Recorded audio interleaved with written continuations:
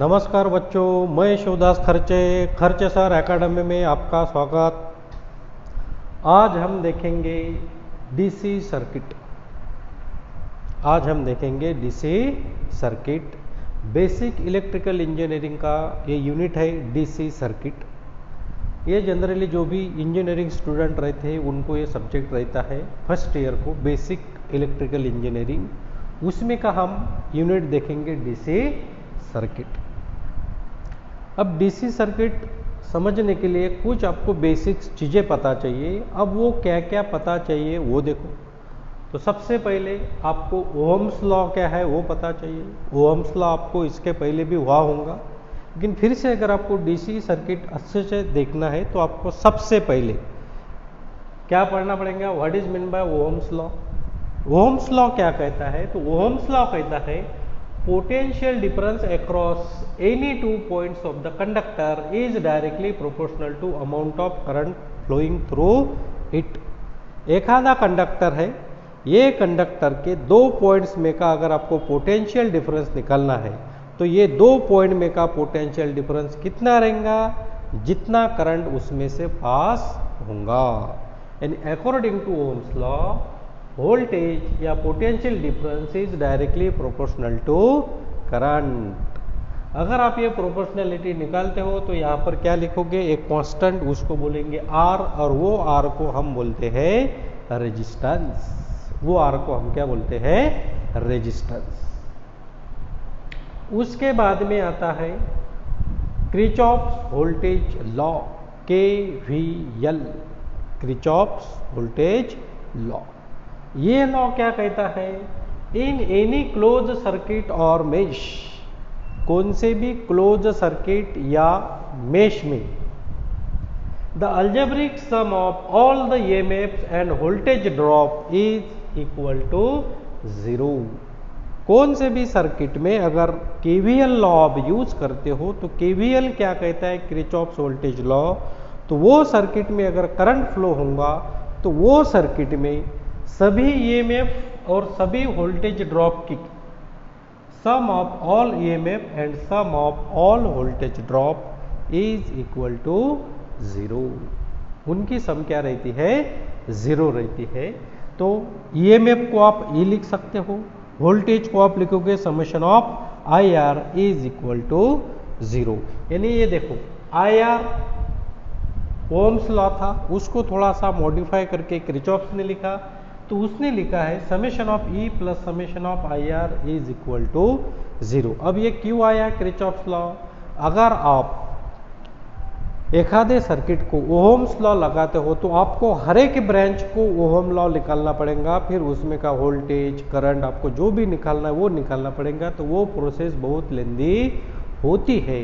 इसलिए आप अगर KCL या KVL लगाते हो तो आपका आंसर थोड़ा सा शॉर्टकट में हो जाता है और अपना पूरा का पूरा उसमें लूप या पूरा का पूरा उसमें मेश कंसिडर करते हैं। अब इसमें आ गया वोल्टेज। अब summation of EMF plus summation of V is equal to 0।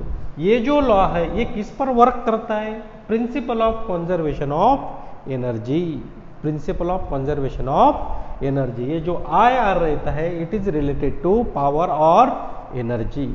तो KVL किस पर वर्क करता है, it works on law of conservation of और principle of conservation of energy. अब इसमें वोल्टेज आ गया तो वोल्टेज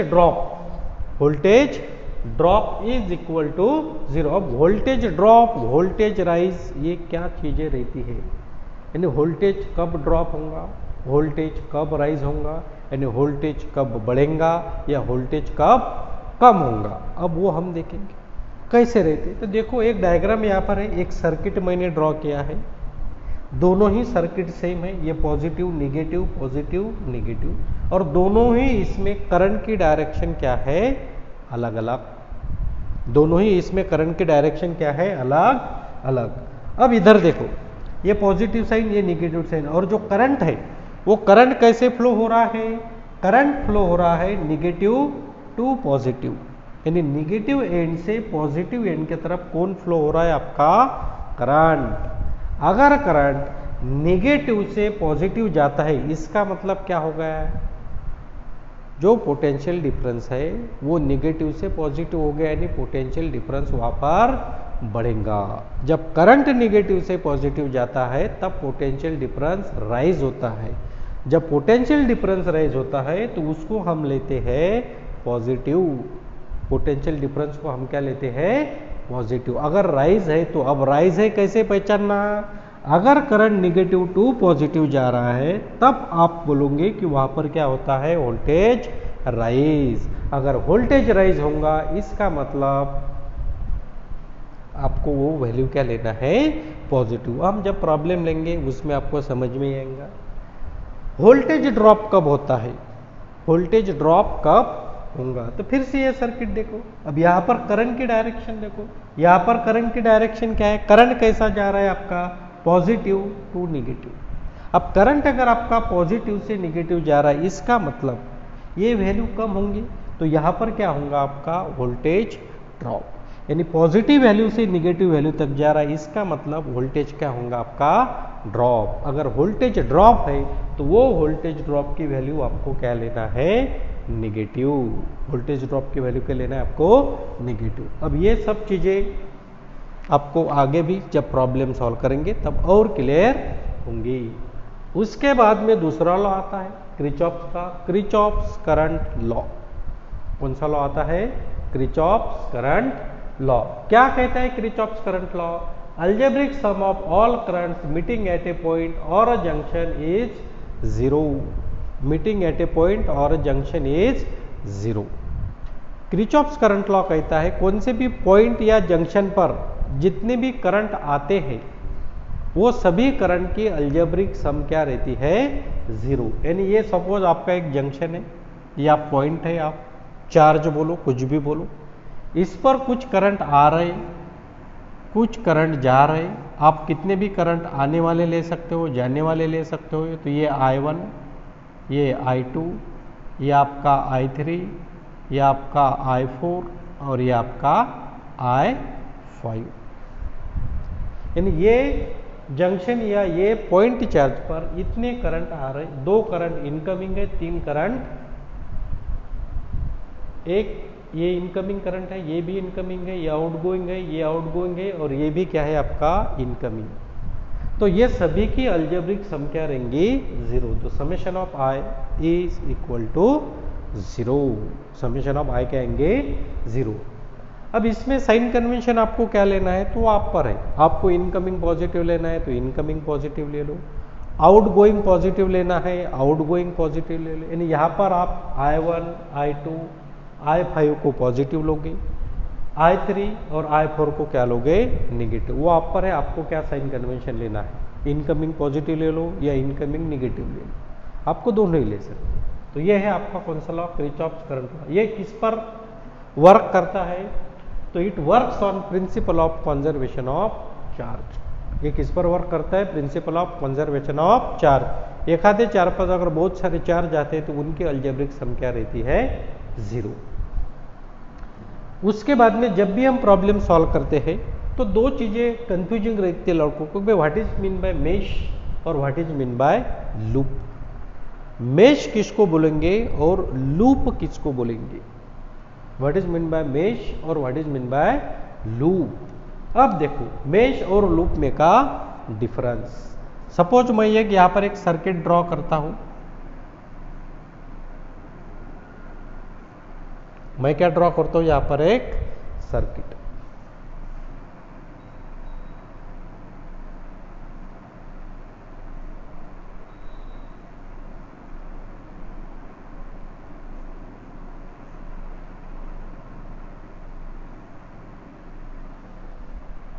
ये मैंने सर्किट यहां पर ड्रॉ कर दिया। मैं इसको नाम देता हूं A, B, C, D, E, F। मैं इसको नाम देता हूं F। अब हम देखेंगे मेश और लूप में क्या फर्क रहता है, difference between mesh and loop. बहुत सारे स्टूडेंट को यहां पर डिफिकल्टी जाती है कि मेश किसको बोलते, लूप किसको बोलते। दोनों ही क्लोज पाथ ही रहते हैं। Mesh is also close path, loop is also close path. लेकिन मेश बोलेंगे किसको, लूप बोलेंगे किसको। मेश ये ऐसा क्लोज पाथ रहता है जिसमें से करंट पास होगा, लेकिन मेश के अंदर कोई भी दूसरा लूप रहता नहीं। मेश के अंदर कोई भी दूसरा क्लोज पाथ रहता नहीं, उसको हम बोलते हैं मेश। लूप किसको बोलेंगे, तो loop is also a close path, लेकिन लूप के अंदर और एक क्लोज पाथ रह सकता है। यानी लूप के अंदर एक दो कितने भी रह सकते, उसको आप क्या बोलोगे, लूप। मेश के अंदर कोई भी दूसरा क्लोज पाथ रहेगा नहीं, यानी वो एक ही रहेगा अकेला। तो ये बेसिक डिफरेंस है बिटवीन मेश एंड लूप। अब डायग्राम में देखेंगे हम, देखो डायग्राम में ए बी ई एफ, ये जो है ए बी ई एफ ये मेश है, इसके अंदर मेश यानी क्लोज पाथ, ये क्लोज पाथ है, लेकिन इसके अंदर कोई दूसरा क्लोज पाथ है क्या, नहीं। तो ये आपका मेश वन, ये होगा आपका मेश वन। यानी मेश वन क्या है आपका, तो mesh one is equal to A B E F. Mesh one क्या है आपका, ए बी ई एफ। दूसरा देखो बी सी डी ई, ये भी क्लोज पाथ ही है, देखो B C A B E F A, ये आपका है मेश वन। दूसरा B C D E B, ये भी आपका क्लोज पाथ है, इसके अंदर कोई दूसरा क्लोज पाथ है क्या, नहीं। तो ये इसको भी आप क्या बोलोगे, मेश टू। तो मेश टू कौन सा रहेगा आपका, तो mesh two is equal to B C D E B, B C D E B, ये होगा आपका मेश टू। अब लूप किसको बोलेंगे, यानी लूप कौन सा रहेगा, कितने लूप है यहाँ पर, तो यहाँ पर क्या है, एक ही लूप है, कौन सा, ये देखो लूप यानी क्लोज पाथ। देखो फिर A B C D E F A, ये ऐसा ये पूरा का पूरा क्या है आपका लूप। अब क्यों बोलेंगे लूप, तो लूप के अंदर देखो ये एक लूप है, यानी ये एक मेश है, मेश यानी एक क्लोज पाथ है, ये दूसरा मेश है यानी ये दूसरा क्लोज पाथ है। यानी ये पूरे लूप में एक क्लोज पाथ ए जिसको हम मेश वन बोलते हैं, ये क्लोज पाथ टू जिसको हम मेश टू बोलते हैं। यानी लूप के अंदर और भी क्लोज पाथ होते हैं, मेश के अंदर कोई भी क्लोज पाथ होता नहीं।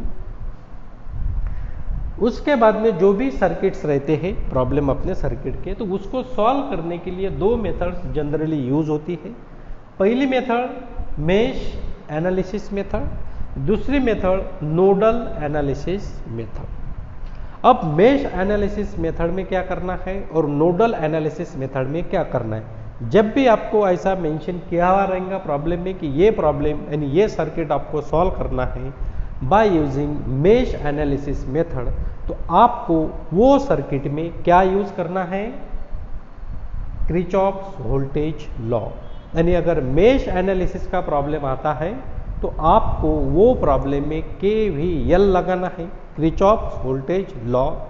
अगर आपको नोडल एनालिसिस मेथड से आता है तो आपको वो प्रॉब्लम में या फिर वो प्रॉब्लम आपको किरचॉफ्स करंट लॉ से सॉल्व करना है। यानी मेश एनालिसिस के लिए KVL यूज करना है और नोडल एनालिसिस के लिए आपको KCL यूज करना है। हाँ, तो हम अब प्रॉब्लम लेंगे। देखो क्या है प्रॉब्लम में, find the current in branch AB for the given circuit by using mesh analysis method.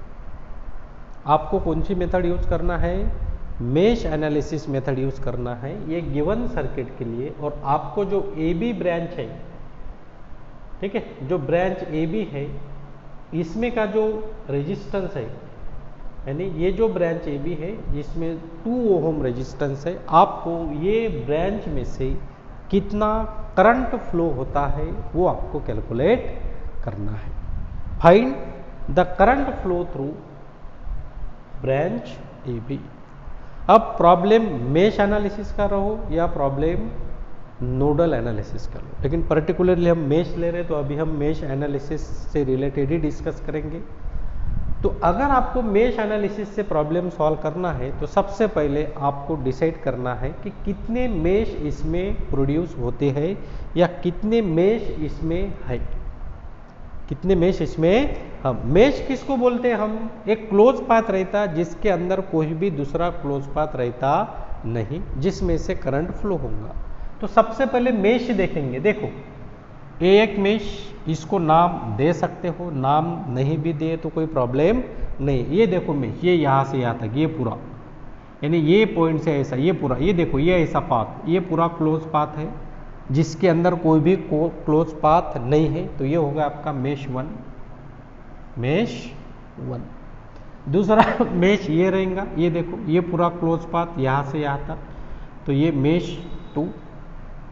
तीसरा मेश ये रहेगा आपका, ये पूरा का पूरा, ये हो गया आपके 3 मेश। कितने मेश हो गए? 3 मेश। अगर ये 3 मेश है तो सबसे पहला आपका काम है मेश एनालिसिस से सॉल्व करो बोला है, तो सबसे पहले देखो कि कितने मेश उसमें बनते हैं। तो इसमें कितने मेश बनते हैं? 1 2 3। अब आपको तो करंट निकालने के लिए बोला है। क्या बोला है? करंट निकालो। तो हर एक मेश में आपको करंट अज्यूम करना है, हर एक मेश में। तो इसमें कितना करंट जाएगा? तो इसमें जाएगा I1। इसमें कितना करंट फ्लो होगा? तो इसमें फ्लो होगा करंट I2। और इसमें कितना करंट फ्लो होगा? तो इसमें करंट फ्लो होगा I3। ये आपको अज्यूम करना है कि भाई इसमें I1, इसमें I2, इसमें I3, या फिर आप इसको I1, I2, I3 नंबरिंग है, वो आपको जैसे देना है वैसे आप दे सकते हो। तो हमने मेश 1 में I1 करंट बोला है, I2 बोला, मेश 2 में I2, मेश 3 में I3। अब ये जो करंट है इसकी डायरेक्शन भी आपको अज्यूम करना है। आप क्लॉकवाइज अज्यूम कर सकते हो या आप एंटी क्लॉकवाइज अज्यूम कर सकते हो, वो आप पर है। आपको जैसा जो अज्यूम करना है वैसे आप अज्यूम कर सकते हो। तो मैंने यहाँ पर क्लॉकवाइज तीनों ही इसमें मैंने सेम ही अज्यूम किया है, अलग अलग अज्यूम करने की ज़रूरत नहीं। सभी इसमें या तो सेम अज्यूम करो या फिर डिफरेंट अज्यूम करो। तो तीनों ही मेश में यहाँ पर भी क्लॉकवाइज, यहाँ पर भी क्लॉकवाइज, यहाँ पर भी क्लॉकवाइज। बस इतना आपको आना चाहिए। इतना आ गया, इसके बाद में अब आपको क्या लगाना है? KVL। तो अब पहली step, apply KVL to mesh 1। तो आपको क्या करना है? मेश 1 को क्या लगाना है? KVL। अब इसमें कितने मेश है? तो इसमें 3 मेश है। उसमें से कितने करंट जा रहे हैं? I1, I2, I3 जा रहे हैं। करंट के डायरेक्शन हमने क्या अज्यूम किया है? क्लॉकवाइज। आप एंटी क्लॉकवाइज भी अज्यूम कर सकते हैं। तो अप्लाई KVL टू मेश 1। आपको मेश 1 को क्या लगाना है? KVL। क्या है KVL? तो KVL है summation of E plus summation of VR is equal to IR, sorry summation of IR is equal to 0, या फिर यह IR को आप बोल क्या सकते हो? Summation of V, voltage drop या वोल्टेज। ठीक है। अब लगाना कैसे वो देखो। How to apply the KVL to mesh 1। आपको कहाँ से भी चालू करना है, कहाँ से भी चालू कर सकते हो। आप यहाँ से चालू करो, यहाँ से चालू करो या यहाँ से चालू करो। तो मैं यहाँ से चालू कर दूँ तो अपना करंट इसमें कैसा जाएगा? देखो I1 इस तरह से मूव हो रहा, तो मेश 1 के लिए आपका ये मेश 1 ऐसा इस तरह, ये आपका सर्किट है, ये आपका क्लोज पाथ है। तो इसमें से आपका I1 इस तरह से क्या होगा? मूव। तो जब I1 इधर से जाएगा तो ये देखो यहाँ पर क्या आ गई? आपका EMF आ गई, बैटरी आ गई, EMF आ गया, बैटरी आ गई। अब करंट कहाँ से कहाँ तक जा रहा है? अब इसकी जो वैल्यू है, इसकी वैल्यू है 10। अब ये 10 वैल्यू आपको पॉजिटिव लेना है या फिर निगेटिव लेना है। अब पॉजिटिव लेना, कब निगेटिव लेना है इसके पहले मैंने आपको बता दिया है। तो देखो करंट कहाँ से कहाँ तक जा रहा है? तो करंट जा रहा है निगेटिव टू पॉजिटिव। करंट किधर जा रहा है? Negative to positive. यहाँ से निगेटिव टू पॉजिटिव, तो ये वोल्टेज की वैल्यू आपको क्या लेना है? EMF की वैल्यू क्या लेना है आपको? पॉजिटिव। तो यहाँ पर होगा 10, यहाँ पर क्या होगा? 10। फिर ये करंट यहाँ से ये रेजिस्टेंस में जाएगा। तो जब भी करंट कौन से भी रेजिस्टेंस में जाता है तो यहाँ पर आप किरचॉफ ओहम्स लॉ लगाओगे। तो क्या रहता है आपका V is equal to I into R. तो यहाँ पर जो भी आपका वोल्टेज ड्रॉप रहेगा, क्योंकि वोल्टेज का फार्मूला क्या रहता है, V is equal to I into R, और ये रेजिस्टेंस है तो ये करंट को क्या करता है, वोल्टेज ड्रॉप को क्या करेगा, अपोज करेगा। तो यहाँ पर जब भी रेजिस्टेंस आता है तब हमेशा वोल्टेज ड्रॉप आपको क्या लेना है, नेगेटिव। और वोल्टेज का क्या फार्मूला रहता है, आई इंटू आर। तो यहाँ पर लेना है आपको माइनस, ठीक है। कितना है करंट इसमें से, I1, और कितना रेजिस्टेंस है 4, तो -4 इंटू I1। क्या लिखा है मैंने यहाँ पर, -4 इंटू I1। -4 क्या है, ये R है, I क्या है, तो करंट है। कितना करंट जा रहा है रेजिस्टेंस में से, I1, और कितना है रेजिस्टेंस 4, और निगेटिव क्यों है, क्योंकि ये रेजिस्टेंस है तो ये उसको क्या करेगा, अपोज, इसलिए -4 I1। अब ये करंट इधर आएगा, ये 4 ओहम में से जाएगा, लेकिन ये जो 4 ओहम है ये दोनों को है, एक ये मेश को भी है, ये मेश को भी है, यानी ये I1, इसमें से I1 भी जाएगा, इसमें से I2 भी जाएगा। किसमें से, ये 4 ओम में से, यानी ये दोनों को कॉमन है। अगर ऐसा रेजिस्टेंस आता है जो दोनों को कॉमन है, फिर से रेजिस्टेंस है तो उसमें क्या आएगा, माइनस। कितना रेजिस्टेंस है, 4। अब वो किसको किसको कॉमन है, I1 और I2 को, तो आप लिखोगे I1 माइनस I2। हमने I1 को प्रिंसिपल वैल्यू लिया है, इसलिए I1 minus I2 is equal to 0। I1 minus I2 is equal to 0। अब इससे एक इक्वेशन बनाएंगे, फिर से देखो कैसे बनाए। ये बैटरी थी, करंट कैसे जा रहा है, निगेटिव टू पॉजिटिव, तो पॉजिटिव। ये रेजिस्टेंस है, इसमें से जब भी करंट फ्लो होगा तो ये उसको अपोज करेगा, ठीक है। तो इस पर इसका वोल्टेज कितना आता है, क्या रहता है वोल्टेज का फार्मूला, आई इंटू आर। तो वोल्टेज ड्रॉप निकालो यहाँ पर, तो minus I into R. Current कितना जा रहा है, I1, वोल्टेज रेजिस्टेंस कितना है, 4। यहाँ पर जब करंट फ्लो होगा तो उसको अपोज होगा, करंट जाएगा तो यहाँ पर पोटेंशियल डिफरेंस प्रोड्यूस होता है। वो पोटेंशियल डिफरेंस की वैल्यू कितनी आती है, आई इंटू आर। कितना रेजिस्टेंस है यहाँ पर, 4, लेकिन यहाँ पर कितने करंट है, तो ये रेजिस्टेंस दोनों को कॉमन है, इसलिए यहाँ पर लिखोगे आप I1 minus I2 is equal to 0। इसको सॉल्व करो, 10 minus 4I1 minus 4I1 minus minus plus 4I2 is equal to 0। इसको अगर आप लिखोगे तो -4I1 minus 8I1 plus 4I2, और ये प्लस 10 उधर जाएंगे तो -10। इसको हम बोलेंगे equation number 1। -8I1 plus 4I2 is equal to -10, ठीक है। अब आपके पास कितने करंट है, 3 है, तो यही इक्वेशन को आप ऐसा भी लिख सकते हो, -8I1 plus 4I2 plus 0I3 is equal to -10। इसको हम बोलेंगे इक्वेशन 1। अब आपको करना क्या है, देखो आपको मेश 1 को यूज करके KVL लगाना है, एक इक्वेशन बनाना है। मेश 2 में KVL लगाना है, दूसरा इक्वेशन बनाना है। मेश 3 में आपको KVL लगाना है, तीसरा इक्वेशन बनाना है, और तीनों इक्वेशन को आपको साइमल्टेनियसली क्या करना है, सॉल्व। तो हमने मेश 1 को KVL लगाया, एक इक्वेशन बनाया। अब हम क्या करेंगे, अप्लाई KVL टू मेश 2। अब हम KVL लगाएंगे, तो किसको लगाएंगे KVL, मेश 2 को लगाएंगे। किसको लगाएंगे KVL, मेश 2 को। अब देखो मेश 2 को कैसे लगाएंगे, आप कहाँ से भी ले सकते हो। तो मैं डायरेक्ट जैसे हमने यहाँ से चालू किया था सेम मैं यहाँ से चालू करता हूँ। तो ये I1 ऐसे जाएगा इस तरह से, तो पहले किस में से जाएगा, 4 में से। किस में से जाएगा, 4 में से, लेकिन 4 कॉमन किसको है, दोनों को। 4 कॉमन किसको है, दोनों को, तो -4। अब यहाँ पर क्या लिखना है, I2 माइनस I1। अब यहाँ पर I2 पहले, I1 बाद में, क्योंकि हम मेश 2 कंसिडर कर रहे हैं। तो -4I2 माइनस I1। यहाँ पर क्या लिखा था, -4I1 माइनस I2। तो मेश 1 कंसिडर किया था, इसलिए हम I1 को प्रिंसिपल वैल्यू लिया था, इसलिए I1 माइनस I2। फिर यहाँ पर 2, 2 के लिए I2 minus I1, I2 minus I1। उसके बाद में करंट जाएगा किस में से, 2 रेजिस्टेंस में से, तो -2I2 -2I2।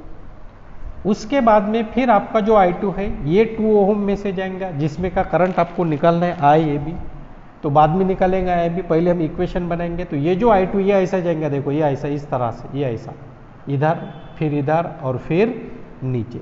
फिर से I2 जब इसमें से जाएगा तो ये जो 2 ओम रेजिस्टेंस है ये किस में कॉमन है, I2 और I3 में कॉमन है। फिर से यहाँ पर आप लिखोगे -2 I2 minus I3 is equal to 0, I2 minus I3 is equal to 0। बस इसको सॉल्व करो, -4I2 minus minus plus 4I1 -2I2 -2I2 minus minus plus 2I3 is equal to 0। तो ये आपका 4I1 -4I2 -2I2 -2I2 -8I2 और plus 2I3 is equal to 0। इसको हम बोलेंगे इक्वेशन 2। इसको हम क्या बोलेंगे, इक्वेशन 2। ये होगा मेश 2 को केवीएल लगाया। अब फिर से लगाएंगे अप्लाई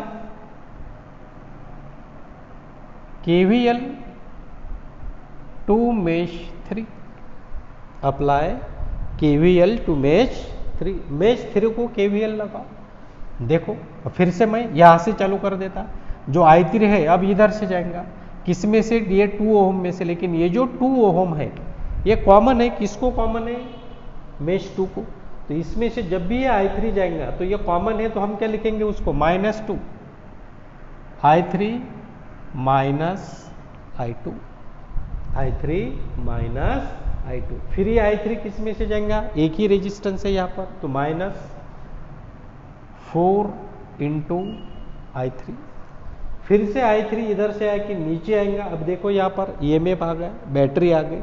अब करंट कहाँ से कहाँ तक जा रहा, पॉजिटिव से नेगेटिव। तो जब करंट पॉजिटिव से नेगेटिव जाता है तब उसको क्या लेते हैं हम, नेगेटिव, क्योंकि यहाँ पर वोल्टेज क्या होता है, ड्रॉप। यहाँ पर क्या लिया था, करंट नेगेटिव टू पॉजिटिव गया, इसका मतलब वोल्टेज राइज हो गया तो वो पॉजिटिव। यहाँ पर पॉजिटिव टू नेगेटिव तो वोल्टेज ड्रॉप, वो नेगेटिव, -20 इज इक्वल टू 0। तो इसको सॉल्व करेंगे, -2I3 plus 2I2 -4I3 -20 is equal to 0। अब यहाँ पर I2 और I3 है, I1 नहीं है। पहले तो हम इसका इक्वेशन बना लेते, 2I2 -2I3 -4I3 -6I3 plus -20, उधर जाएंगे तो +20। अब इसमें भी I1 I2 I3, इसमें भी I1 I2 I3, तो इसको भी I1 I2 I3 के फॉर्म में लिखेंगे। तो यहाँ पर 0I1 plus 2I2 -6I3 is equal to 20। इसको बोलेंगे इक्वेशन नंबर 3। और तीनों इक्वेशन को आपको क्या करना है, सॉल्व फ्रॉम इक्वेशन 1, 2 एंड 3। अब तीनों इक्वेशन को क्या कर दो, सॉल्व। उसमें से आपको मिलेगा I1, फिर मिलेगा I2 और फिर मिलेगा I3। तो आपका I1 आता है, आपका I1 आता है 1.093 एम्पियर। आपका I2 आता है -0.312 एम्पियर और आपका I3 आता है -3.437 एम्पियर। तो आपकी वैल्यू आप एक बार कैलकुलेटर में चेक करना है आपको वैल्यू। I1 आएगा 1.093, I2 आएगा -0.312, I3 आएगा 3.43। अब ये जो करंट की वैल्यूज आ गई ये नेगेटिव आ गई, इसका मतलब क्या है, हमने डायरेक्शन जो ली थी करंट की वो क्या थी, अजम्पशंस वाली थी। अगर वैल्यू पॉजिटिव आती है तो अज्यूम की हुई करंट की डायरेक्शन करेक्ट, अगर वैल्यू नेगेटिव आती है तो अज्यूम की हुई करंट के डायरेक्शन को आपको क्या करना है, रिवर्स करना है। अब आपको निकालना क्या है, तो आपको निकालना है current through branch A B. तो therefore current through branch A B, current through branch A B, I A B, I A B. तो आई ए बी में से कौन कौन जा रहा, I2 माइनस आई थ्री या I3 माइनस I2, आप कैसे भी ले सकते हो। तो I2 माइनस I3, इसमें से ए क्या होगा, माइनस I2 माइनस I3। तो देखो I2 माइनस I3 कितना है, I2 0.312 माइनस ऑफ माइनस 3.437। इसको अगर आप सॉल्व करोगे तो आई ए बी आपका आता है, आई ए बी आपका आता है 3.125 एम्पियर, 3.125 एम्पियर माइनस 3.125 एम्पियर। तो ये आपका आंसर। तो जो ए बी में से जो करंट आता है माइनस 3.125 एम्पियर, तो ये हो गया आपका आंसर। नेगेटिव साइन आ गया, इसका मतलब आपका जो करंट है वो रिवर्स डायरेक्शन में रहेगा। पॉजिटिव आता है तो जिस डायरेक्शन में आपने अज्यूम किया उसी डायरेक्शन में वो आएगा। तो ये है आपका प्रॉब्लम किसका, by using mesh analysis method. अगर आपको वीडियो अच्छा लगा है तो मेरे खर्चे सर एकेडमी ये चैनल को आप लाइक, शेयर और सब्सक्राइब कीजिए। Thank you.